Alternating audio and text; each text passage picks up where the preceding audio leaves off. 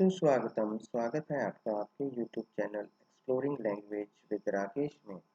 आज हम लेकर आए हैं एक नई वीडियो जो कि कक्षा 10वीं की हिंदी की पाठ्य पुस्तक स्पर्श में संकलित पाठ पतझड़ में टूटी पत्तियों में से उसके दूसरे प्रसंग झीन की देन से लिया गया है।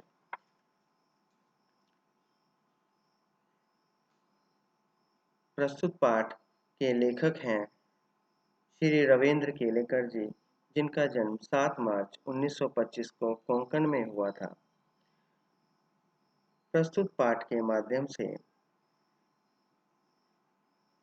रविंद्र केलेकर जी ने पाठ जैन की देन में बौद्ध दर्शन में वर्णित ध्यान की उस पद्धति की याद दिलाई है जिसके कारण जापान के लोग आज भी अपनी व्यस्ततम दिन भर के कामों के बीच भी कुछ चैन भरे या सुकून के पल हासिल कर ही लेते हैं।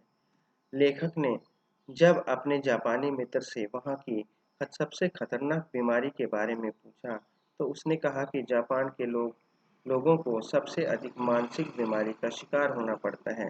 लेखक के इस मानसिक बीमारी की वजह पूछने पर लेखक के मित्र ने उत्तर दिया कि उसके जीवन की तेजी औरों से अधिक है। जापान में कोई आराम से नहीं चलता बल्कि दौड़ता है, अर्थात सब एक दूसरे से आगे जाने की सोच रखते हैं।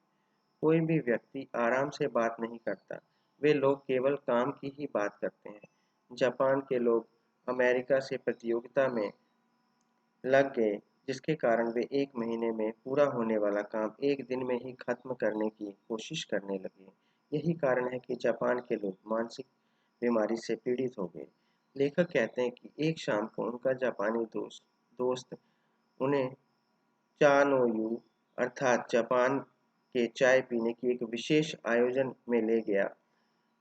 लेखक और उसका मित्र चाय पीने के आयोजन के लिए जहाँ गए थे, वह एक 6 मंजिल की इमारत थी।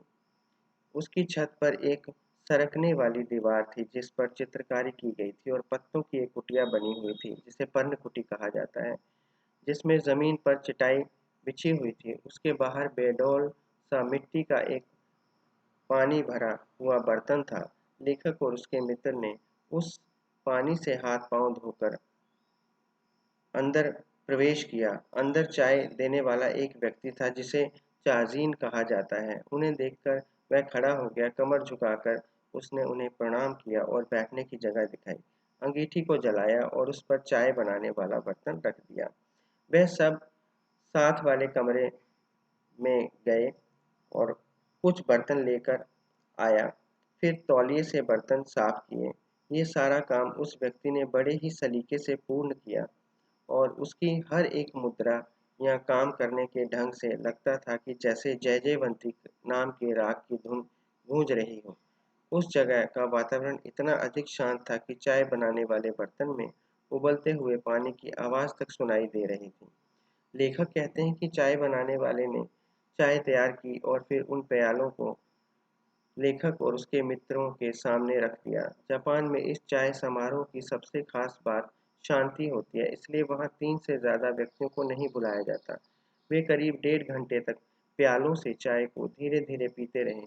पहले 10-15 मिनट तो लेखक को बहुत परेशानी हुई, लेकिन धीरे-धीरे लेखक ने महसूस किया कि उसके दिमाग की रफ्तार कम होने लगी है और कुछ समय बाद तो लगा कि दिमाग बिल्कुल ही बंद हो गया है, अर्थात शांत हो गया है। लेखक हमें बताना चाहते हैं कि हम लोग या तो बीते हुए दिनों में रहते हैं या आने वाले दिनों में, जबकि दोनों ही समय झूठे होते हैं।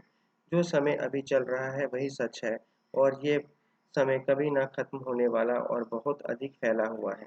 लेखक कहते हैं कि जीना किसे कहते हैं, ये उन्होंने चाय समारोह वाले दिन उन्हें मालूम हुआ। जापानियों के ध्यान लगाने की इस विधि को जो है, जो उनको परंपरा है, ये विधि है विरासत में देन में मिली है। तो इस पाठ के माध्यम से हमने देखा कि जो प्रतिस्पर्धा की भावना है युवाओं में आगे बढ़ने के लिए उनको प्रेरित करती है। तो इस राह को आसान बनाने का एक उपाय ये है कि व्यक्ति के मन में बाल्यावस्था से ही प्रतिस्पर्धा की भावना जागृत की जाए, ताकि जब कभी भी वह लक्ष्य से भटके तो ये भावना उसमें एक नई ऊर्जा भर सके। युवा इस बात का विशेष रूप से ध्यान रखें कि इस भावना की उत्पत्ति केवल विजय हासिल करने के लिए हो, दूसरों को नीचा दिखाने के लिए नहीं। और एक इस पाठ में जो है टी सेरेमनी के बारे में बताया गया है, जो बहुत ही महत्वपूर्ण है। ये जो है तनाव को धीरे-धीरे कम करती है। ये प्रथा आज भी वहाँ पर जो है पूर्णतः मानी जाती है।